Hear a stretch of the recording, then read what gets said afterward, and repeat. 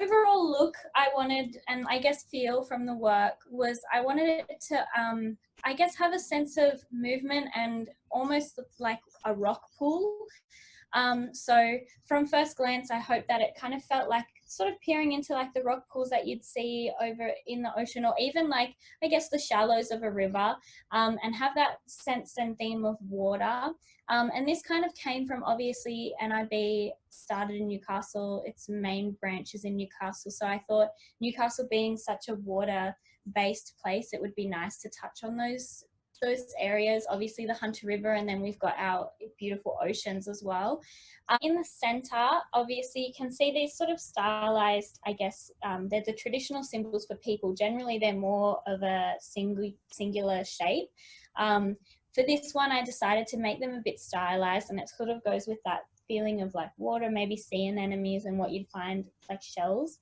But the reason that they're sort of in the center and they're the main piece is what I got from your rap, which was really nice to read about, was that you really are centering the voices of Aboriginal and Torres Strait Islander people within your rap to sort of get the best outcomes in what your aims are, and that's obviously Aboriginal health outcomes.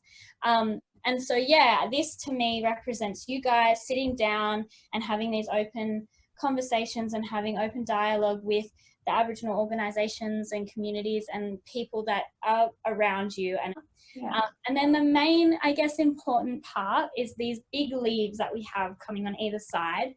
This is something that I use in a lot of my works, but it's the Malyangapa sea fern. So Newcastle, and in particular the spot where NIB is located in Newcastle, is in a section where the local Awabakal and Worimi people would call Malyangapa, which means place of sea fern. So to hark back to Newcastle again, it's like, I guess, going back to the traditional namesake of the sea fern.